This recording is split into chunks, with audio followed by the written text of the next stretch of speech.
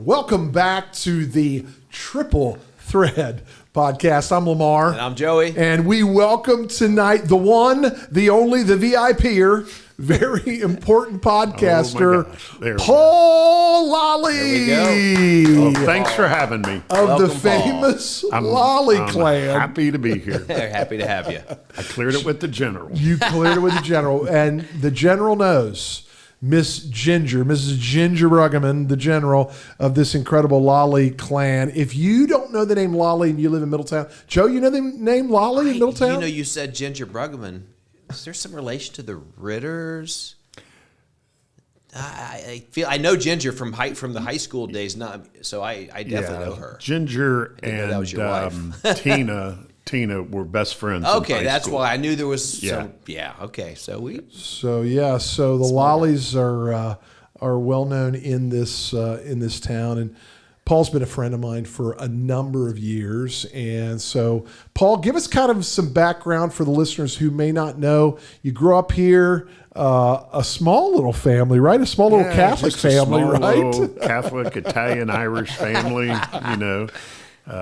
9 brothers and sisters. Whoa! We grew up down on 15th Avenue in Middletown. Okay. And raised by our parents, and I went to the University of Dayton. I graduated from Bishop Fenwick High School. Bishop Fenwick. Me too. Joe? Me too, yeah. Yep. And then I went on to the University of Dayton, and I graduated from the University of Dayton in 1983. Oh, my goodness. With a Bachelor of Science degree in education, and I became a fireman. There you go. There you go. I thought my dad was going to kill me. So, did you think I'm going to teach? Because there's a lot of teachers in your family, too. I ended up putting the education degree to work because I teach for the state of Ohio and Butler Tech in the firefighter, paramedic, and public safety field. Right. And I have since 1991 done that. Yeah. So I think, Paul, you and I met probably, way back in the day. Would it have been probably because of chaplaincy with the fire department? It absolutely was. And fortunate that I got to meet you, but unfortunately, I believe it was on probably a bad scene that you came to help the family and the police department and the fire department out on. It's just, but they say good things come from tragedy, and that was a friendship that has. Yeah, and that's been amazing that. When you're serving and you're in community and you're meeting people, even in tough situations, there's like a bond. Like God bonds you together even in those tough times, and that was really the beginning. And Paul and I have had a great friendship, and we love to harass each other, but it's been sweet. I'll say this, just kind of jumping in, Paul. You at the fire department, you were a great encouragement to my life. Man, I loved it. You served as chief. He's worn a lot of really memorable hats. Chief, we'll talk about this. He was city manager. He is, and he's on council for the city. Here's what I say about Paul Lolli. He loves the city. He loves the city. He loves the people of the city. And he truly has always been a guy that's like, all right, what can we do to help and improve this city? So kudos to you, Paul. I appreciate that. Yeah. Those are very kind words. And I do. I love the city of Middletown. I mean, I'm born and raised here, and it's about service, because I will tell you this: my mom and dad raised us to do service things and do things for others. And I learned early on in the fire service that, you had to work as a team, and you had to do things together, because if we can't rely on one another, then it's very hard to get through things yourself. Yeah, that's for sure. So for you, coming out of UD, when was that thought of, okay, education might not be the realm traditionally, but how did you end up, like, what was the draw to fire? Well, Honestly, growing up as a kid, I grew up in that area where the TV shows Emergency Yeah. and Adam 12 were Yeah. big. Remember Yeah. that? And I really locked on to the emergency scene and thought, I'd really like to do that. And I went through UD in a time where UD was really very good at basketball on a national level and won some big NCAA tournament games to get to the Final Eight. And it was the day where we won a big game. Don't remember if you remember the Roosevelt Chapman area for UD, and we celebrated that night, and it was when we were burning our couches and everything out in the middle of the street. And the fire department came down the street to put the fire out. And I'm like, wow, I think I want to do this. But then I got nervous because when I went through the process for the city of Middletown and I was having my polygraph done, and the detective doing the polygraph asked if I've ever started a fire. And I'm like, oh no, I'm in trouble. Yeah. Yes, I have. Yeah. I might have helped throw a couch or two into Right. the bonfire in the middle of Key Faber and Alberta streets. Right. But what happened is right when I graduated from the University of Dayton, I got a job with the Dayton area chapter of the American Red Cross working in their safety services. Yeah. So I got into the fire or the first aid, CPR, water safety programs, got really big into that. And from that, I met a lot of people in the fire service in the Dayton and Montgomery County, and they really got me interested in it. And I ended up going through the EMT and fire programs, and I thought, I want to do this for a career. Wow. And when I got hired on at Middletown, I tested with 480 applicants tested for it, and I was one of the 10 that got hired. Whoa. And I also, as a responsibility for the American Red Cross, went on disaster assignments all over the United States. So I kind of, really latched on to wanting to learn as much as I could and really getting into the street aspect of public safety. You said something that I didn't know. You talked about water safety. Yeah. You and I, a little bit in common. I mean, we like to razz each other, but that threw me back into when I took my water safety instruction, WSI, WSII, and all that. Yeah, and all that. And so I didn't know that about you. And then you talked about this thought of taking your polygraph, and you were like, well, maybe I did help start some fires. Nothing like you, though. No, whoa. Nothing like you. Joe, we'll have to talk about that a little I've later. seen a little bit of it. Let me just say this, Joe. I don't know what this man is talking about, but we're in a church. But I will tell you that as the chaplain for the Middletown Fire Department, I may enjoy. You may. I may enjoy a little fire, right? There's Chief. There's video. I still call him Chief. But, there's video. There is video. I'll tell you one quick story. And God is my witness. Years ago, here on our Johns Road property, we were burning some fallen trees and stuff like that. And I thought, well, we're on church property. We're private property. I think my brother and I were out there and burning stuff, and the flames were pretty tall, but we had things contained, and all of a sudden we see a truck responding to Freedom Court, and then lights flashing, and then they move around, and then all of a sudden you see them coming off of Bonita and walking down, and I'm not making this up. I think he was lieutenant on the truck that day. He was like, Chaplain Farrell, is that you? Yeah. And I was like, yeah. And he was like, you don't have a permit, do you? And I said, I think it was George. I was like, George, I don't have a permit. I really didn't know. Thought I was on. He goes, you got to have a permit. And I said, okay. I said, should I call? You got it in Should I your call pocket. I said, should I call the chief? He goes, it probably would be a good idea. And then I called the chief, and he said, when do you need the permit?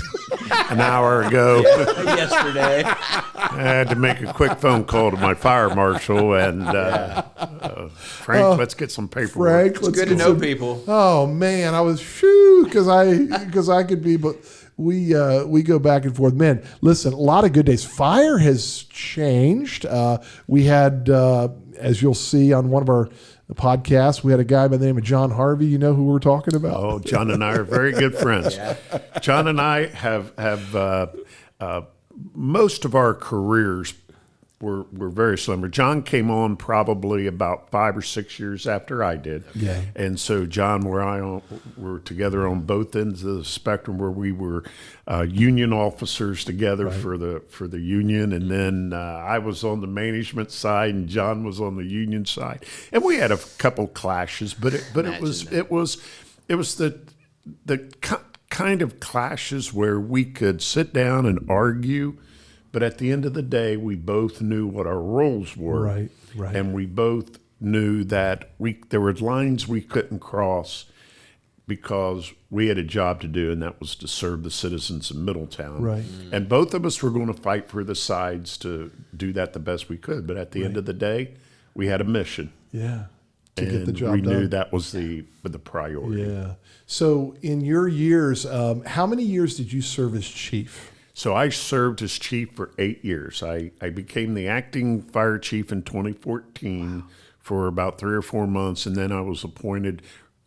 Chief Muterspaw and I were appointed chiefs for the fire and police the same day. Wow. I think it was January 15th of 2015 or January 8th of 2015, somewhere around there. Who would you have followed? Who was the chief before you? I followed Chief Botts, Botts. That's right. That's right. And before Chief Botts, there was. Chief Sauter. Yep. So that goes way. And I don't know do you remember before Chief Sauter who was there? Chief Manning, and that was the chief who hired me. Oh, and, my goodness. And Chief Manning was the chief when I started. I started November 20th of 1989, and he was the chief for about 2 months, and then he retired. So who are some of the guys that you were hired on with? When You know, the interesting thing is, and I attribute my big growth in the fire department to a lot of the Vietnam vets. Wow. The Vietnam vets in the fire department kind of raised me and a lot of the individuals that I hired in with, and it was amazing. Yeah. I mean, those guys were tough birds, and what I loved about those guys are they were rough and hard, but when the bells struck, the tones dropped, it was all business. they're ready to go. And they were fun. They were fun to be around because they taught us what practical jokes were, you know, and things you could do that you some of the stuff that was done back in the day there, you could never do it today because It'd be a lawsuit. probably more than lawsuits. right. Might be in jail. Well, maybe. Yeah. Nobody started any fires in church property. Well, that's but good. Okay. So some of the stations that you would have served at, coming through the. Do you remember the station that you began? Oh, yeah, I remember all 5 of them. We had 5 stations. Did you have a favorite? Oh yeah, Station 81 today. Yeah, once. Well, it was across the street from the post office. Right. It's now on Charles and Jefferson Clinton, the new one. That was my favorite station because it was in the busy district. Right. So that was my favorite station because that was like an old time fire station. I mean, that was like an old time. Now I liked being at fire headquarters, Roosevelt and Wyckoff, because that was really the action station. Most of the stuff that went down, you were on it, and that's kind of, as a young firefighter, paramedic, that's what you wanted. You wanted to be on the action because, you know, I told, and I don't mean this disrespectfully to anybody, but we would tell people who were trying to say, well, do I want to come to Middletown or I want to go to this place? I said, well, you got to look at what you want to do and what the run volume is. Right. If you want to be a firefighter, you want to be a police officer, you want to be a paramedic, come to Middletown. Come to Middletown. You'll do it. Yeah. Day in and day out. Yeah. You can go to some other communities that just aren't as busy. Right.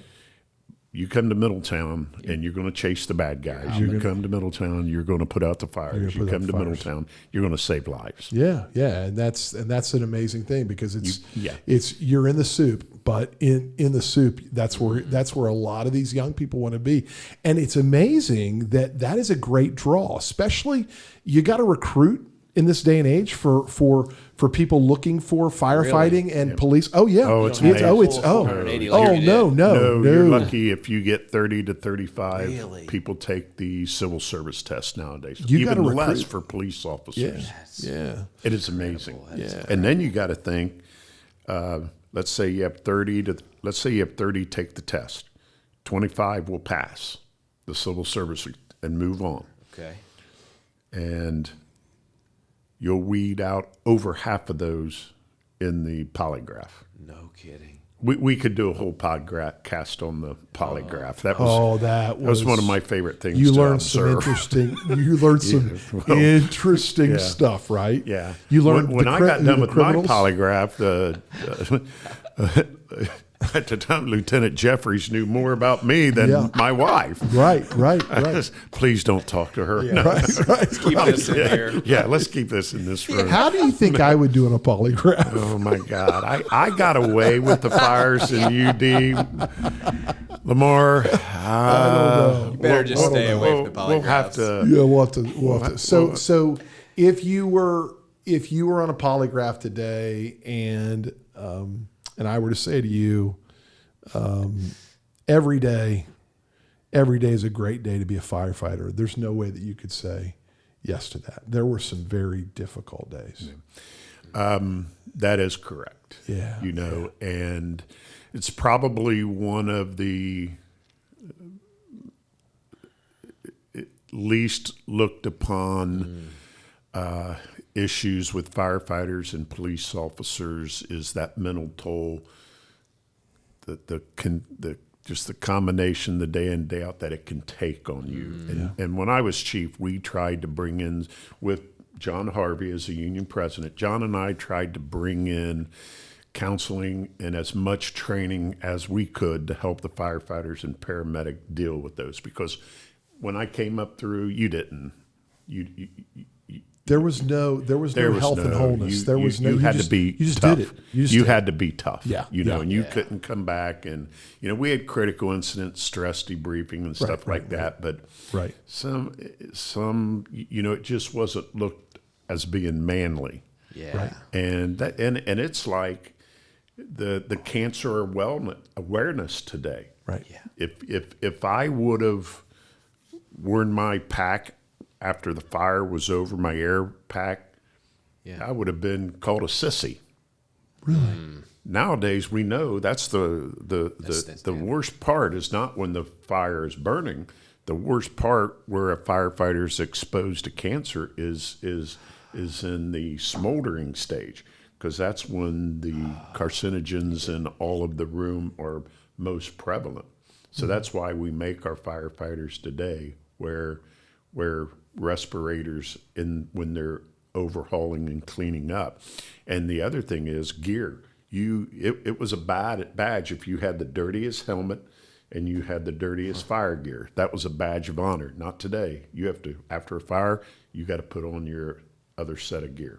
Interesting. You remember Lieutenant Oliver, Brian Oliver? Right. Back in the day, if you would have washed Lieutenant Oliver, and I love Brian to death, if you would have washed his helmet, the fight was on. Right.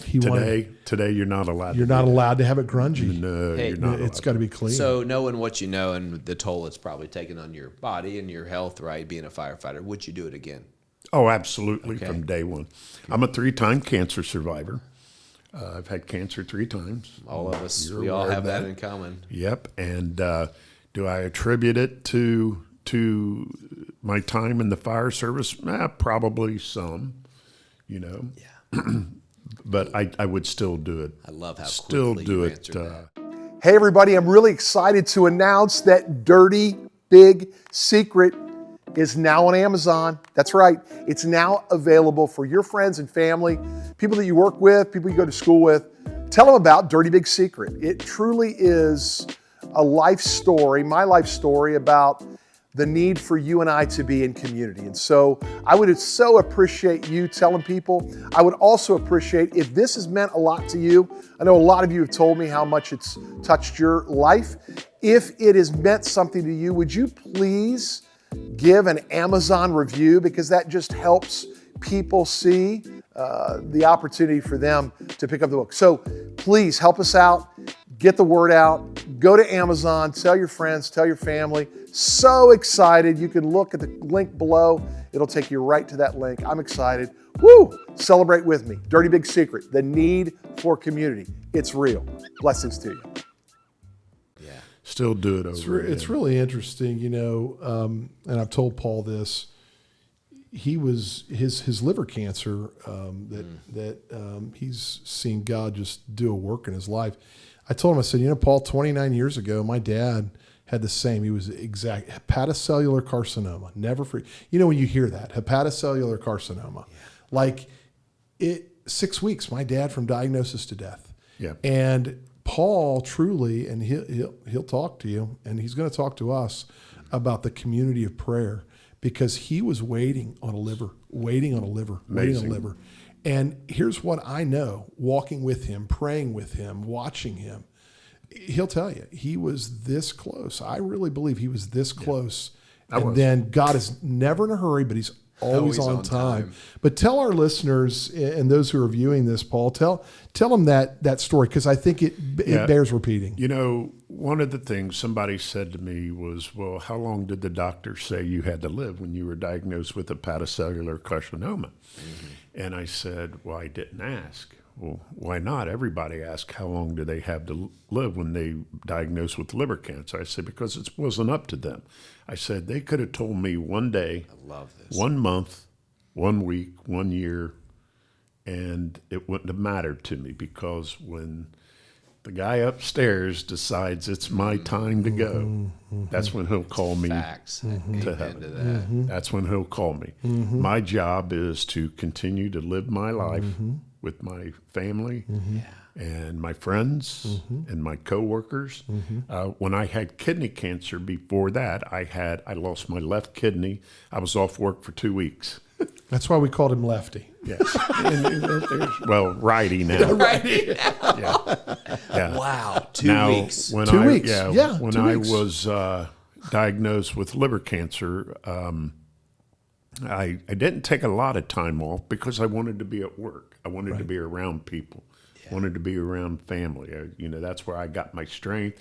That's where I got my faith. Lamar helped me through a lot of it. My family, my friends, and the power of prayer was incredible. I mean, my sister and other friends starting prayer chains, and I know it worked. I know it worked. Prayer is an amazing, and this is what I've said in my own journey. It is the greatest gift that we can give each other. Oh, amen. 100%. I mean, it right? 100%. When you walk through it and you're walking in it, there are times where you're like, I shouldn't be this happy. I shouldn't be this full of hope. Peace. Right. Peace. Yeah.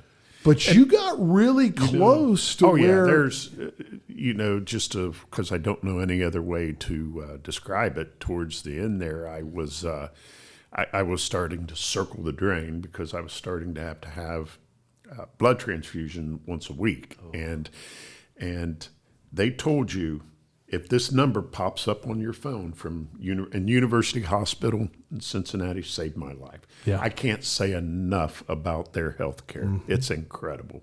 From the doctors all the way down to the people who clean your room. They are fantastic. And they told me, if this number pops up on your phone, answer it. And it was like 9999999, Yeah. So I'm standing out at the bay floor, fire headquarters, and it was like about 2:30. My phone rings, I pull it out, and there was that number. And all of a sudden, this phone, you see how big this phone is, it got that little. Yeah. You're trying. Answer. What day of the week was it? It was a Thursday. Okay. And they said, Paul, calm down. That was the first thing the nurse said, because she knew. And then it went on from there. And Unfortunately, so it was during COVID. And you had your go And bag ready, actually, right? I had my go bag ready. And unfortunately, my wife was only able to come down with me for a little bit. Yeah. And my brother Mike drove us down there. And then she had to leave. And then by the time that was about 6:30, 7 o'clock, they finally started the surgery the next day about 5:30 a.m. Wow. But getting back to the prayer chain and all that, I believed it worked. And I'll tell you one other time, I'm not a deeply religious guy, but I believe I was raised Catholic. I practiced Catholic. Right. But you probably remember the story when I fell 25 feet onto a concrete floor. Yeah. I was rescuing 6 orphans and 4 nuns from a raging convent fire. If anyone tells you, Joe, that I was changing light bulbs at Middletown Fire, some shenanigans here. if they tell you I was changing light bulbs at Middletown Fire headquarters, Don't believe them. it. I don't Don't believe believe that. No. The 6 orphans and the 4 nuns at the convent. Were there any cats in the convent? Sounds a lot better That than does sound better. than what We'll actually go with your happened. story. But You beat I cancer 3 broke times. my humerus when I hit the ground, And it wasn't funny. 4 ribs, and my scapula. Now, when I started to fall, 25 feet. I knew I was falling from such a height that if my head hit, I was dead. Gone, right. And I tried to whatever I could. I don't tell many people this story. And I've only told couple people this story. But as I was falling, as God is my witness, I felt the Virgin Mary catch me. But when we were 5 feet from the floor, I think she let go because She gave me a little bit of cushion, but That not all the hurt. cushion. that's the truth. I swear, I You've don't t- know. I don't you've, know. You've told me that story I before. I will go to my grave. The protection, and No, you that knew. happened. You knew your fall was just Yeah. thwarted. Cushioned. Oh, yeah. Cushioned. Stopped. I think one of the nuns pushed me out the window up there at the That convent. might have been there. Did you ever get, growing up in Catholic school, did you ever get the ruler on the... I get it from my sister all the time. My sister's a nun. Oh, is she? Yeah, she lines us. Well, there's 7 boys, but there's 6 of us left. Yeah. She lines us up when she comes home, And just where's- just for old time's sake. Where's you out? pretty Where's Sister, you out? Sister Barb. Yeah, Yeah. she does that too. She's probably going to. Where is she serving now? She's in Columbus. Okay. All right. She's in Columbus. Yeah, and his brother Mike was a beloved principal. We'll try to get him on the podcast because man, he's got some stories. Mike's and a lot of people in education. I'm thinking of Scotty. Scotty Bruggeman, and I don't know if you know Scotty Bruggeman. Scotty. Yeah, Oh, of yeah. course. The story of it's Scotty, all and coming now together. it's all coming together, He's Joe. Right? 1 year behind. Yeah. So Yeah. obviously we miss him. Man, Yeah. there was only one Scotty. Scotty, wasn't Small world. There's oh definitely one my. Scotty. Scotty came home from the Marine Corps, and I said, "Scotty, what are you going to do?" Well, I don't know. I said, "You ever thought about getting into the fire department?" Yeah, I'd love to do that. And I just talked Scotty into applying, taking the civil service exam, and he got on. And he instantly, those Vietnam era guys really took to Scotty because he was a Marine. He was a tough U.S. guy. He was a Marine, tough guy, tough yeah. guy. I remember and, him. And I can't even tell you the shenanigans he did. Once he got his year on to get even with those guys, wow. Wow. He was sevenfold. I remember Scotty Yeah. vividly in high school. Oh, yeah. That tells you anything. Yeah, oh, yeah. Yeah, that's But he Scotty was raised by was- the general, right? Scotty was a great coming firefighter together. and a great paramedic. He was raised by the general and my brother-in-law, Yeah. Ginger's husband, Dave. They've been married I remember they got married when I was in I think the first grade, and I consider Dave one of my brothers because Yes, he's been in your he's been family. around just about my whole life. Yeah. So How old were you, Paul? If I remember this correct, your mother, her favorite holiday was St. Patty's Day. St. Patrick's Day. And she was Irish, She right? was Irish. And her did name she- was Patty O'Flynn. Patty O'Flynn. You can't get any more Irish And guess than what that. day? Guess what day she left this earth? I'm going to guess maybe St. Patrick's Day. St. Patrick's I'm just Day. going to guess. March Yeah. 17th, 1983. She Go had out a on a massive limb. heart attack and passed away. Yeah, wow. And That's weird. The matriarch of the family, right? And Oh, yeah. an incredible woman that I never got the privilege of meeting, but I kind of feel like, I don't know, is Ginger somewhat like your mom, different than your mom? Wow. I can't. I'm going to plead the fifth. On that. Self-preservation. I don't is want her smart. to That's a haunt good me, and move. I don't want Ginger to. That's fair. To smack you? Yeah, I'm not sure how Ginger would take Now, that. which one in the family, while we're on family stuff, which one in the family was maybe the roughest of all the boys, would you say? The roughest The of all roughest the of boys. all the The boys. roughest of all the boys. Probably be my brother Frank. Okay. Was he the oldest? No. Okay, No. all right, Frank all right. was the second oldest right. boy. Who was the smartest boy in the family besides you? He's like, come on now. tell you, I'll tell you a great story. Beside the best looking and the smartest. And I don't know, it was probably 2016. I got inducted into the Fenwick Hall of Achievement. Oh. And Judge Wall was the MC at it. There was probably 5 or 6 of us who got inducted in there, and he talked about the difference between the Hall of Fame for the athletes Yeah. and the Hall of Achievement for achievers who did things like I did, come Right. up through the ranks of the fire department in the city. And so I go up there first, and I was supposed to say a few words to start off with. I said, I've come a long way. Now, my brother Eugene got inducted into the Hall of Fame. He was on 3 state football championships for Fenwick. So he had got inducted into the Hall of Fame a few years earlier. Yeah. I said, so I've come a long way from that little boy down in that house on 15th in Wisconsin we were sitting around the kitchen table. My parents were beating math problems into me. And one day they said, what's 3 times 3? And I said, well, that's 9. And my brother Eugene jumped up and said, give him another chance. I thought Judge Wall was going to die. Give him another I go, see, that's that Hall of Fame. That's that Hall of Fame thing. So we know who wasn't the smartest. That's pretty good. give Make him- sure he sees this Give one. him another. That's good. Yeah. Mike and Karen and Barb, they were all the math whizzes. Oh, yeah. My dad was a math whiz. Was he? What did your father do growing up?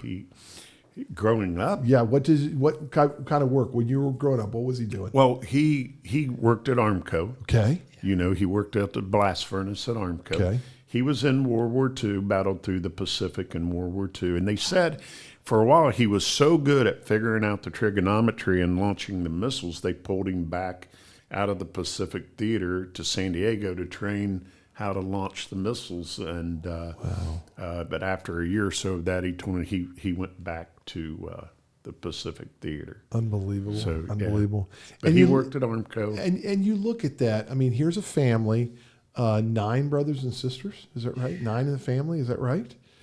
There's 10 of us. 10. Catholic families. And mom stayed at home and raised Yep, the Mom. family. For the most part, yeah. Occasionally she might have worked. Yeah, but you think about that. Unimaginable. You Nowadays. think about that. Yeah. Yeah. Oh yeah. Yeah. I'll tell you.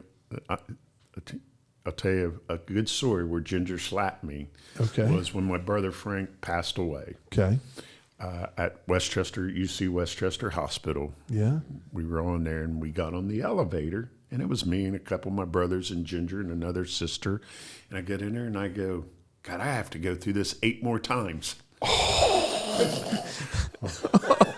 Well, my brother Mark, thought it was funny, but Ginger didn't think that was. That's why she. I could laugh at that. Yeah, that's why The she. general wasn't And happy I'm that going day. to tell you something, and you kind of said something earlier. How did I get through some of the tough times in the fire department, through the tragedy stuff? And I'll be honest with you, humor. Yeah. It was humor. If it wasn't for humor, Yeah. it would. Yeah. And there was a place and a time for the humor. It was never out on the scene or anything. Sure. And by humor, I mean you laugh at some of the stupid things you did. Correct. You know, not what happened. But I've learned this too, even as you go back and rewind the tape, when there's tragedy, if you look, there's always some type of humor embedded in, even as heavy as the situation is. Like there is some humor, and that's one of the coping mechanisms, especially for first responders. Yeah. Oh, you absolutely. have to be able to laugh. Somebody said, I think my mom was saying the other day, she heard if you laugh, and not like if you laugh to where your sides Belly are hurting, laugh. yeah, it's burning 30 to 40 calories. Oh, I need to I've laugh laughed a lot, but it's like You need to laugh but more. you think about that, right? So humor does it lightens things, and the fire department will give you. I've been there. It'll give you a lot of laughs, but when the bell sounds and when the tones drop, it can bring a lot of hard things in front of people. Absolutely. These young people today too. When you see things happen to children, very difficult. Very difficult. And I'm not, you know, I've seen some things that I don't want anybody to ever see. Correct. I bet you have. Correct. And that's why I have very little tolerance for people who say negative things about police and fire. Listen, we're human. We make mistakes. Yep. We mess up. Yep. You know, but we learn from them. But at the end of the day, just to randomly say negative things because of the era of politics we're in today is just not right. It's crazy. It's crazy. Paul, tough days on your resume. Tough days on your resume. Sad days on your resume. But also exhilarating days. I think none of us will ever forget the nitrogen leak. I think that was a very scary day. Yeah, sadly, very we scary. lost an employee that worked. Never forget Jabin Lakes. Yep. I remember that. That was a very difficult. That was a Friday. Never forget that. Tones dropped. They said, Chaplain, you need to come on and you need to bring as many people with you as you can. And we really. There were some significant injuries that day to the firefighters. And really, we could have gone through loss that day on that very day. We came extremely close. Yeah. And no one ever wants to see casualty. No one ever wants to see. I'll never forget the arson. They found out that the grandson started the fire several years ago. You remember that call? I was on that. And I remember, Joey, it was so hot. Chief will tell you, it was such a hot fire. They could hardly get close. But once everything was knocked down, sadly, the grandfather was literally, and I'm not exaggerating, he was laying right at the back door. Like he was that close to getting out. And there his body Very lying. close. Yeah, so I've there's seen that a few times. a lot of difficulty, and I think and a lot of coping skills that can be healthy, but a lot of things that can't be. And here's what I love, I think, that I'm seeing, especially in chaplaincy. You referred to it. You just had to gut through it early on. You had to just gut through it. But now there are peer support groups. There's chaplaincy. There's great opportunities for these men and women The counseling to seek help. is much improved. Much Improved. And that's a great thing. Yeah. And you really were a champion for chaplaincy as well. Oh, absolutely. Still am. Which is really a need. Because where does a firefighter go? Where does a paramedic go when they're not only it may not even be a scene. It may be what's going on at home. And it's not only that, but on some of these tragic scenes, look, I a lot of times I can comfort people, but a lot of times I didn't know what to say to them. Mm-hmm. Sure. So when you got on the scene, or the other ministers, pastors got on the scene, it certainly helped tremendously. I bet. Because people could relate to that a little bit better than they could me saying to them, there's nothing more we can do. Right. And you guys had a job to do in the midst of an active fire, in the midst of all that there's a job that has to be done, and that afforded us an opportunity to come in and be hopefully a helping and an encouraging arm. You know, we could talk fire the rest of the night, but the fire took you to the position where you were city manager of Middletown. Yeah, oh so my goodness, one day that's got to be an easy job. Oh, yeah. One day I was sitting in my office at fire headquarters minding my business, and I got a phone call to come down to the city building. And I go down there, and they said, come up here to the city manager's office. So I did, and they said, how you like your new office? And I was like, oh, no. Yeah. They go, just acting city manager / fire chief for 3-4 months until we find a replacement. So I said, okay. So essentially it took 3 years to find that replacement. And at the end of those 3 years, I decided, you know, it's time for me to move on, and we got a great city manager today. Ashley Combs is doing a wonderful job, has the city going in the right direction, regardless of what your social media midnight keyboard warrior say.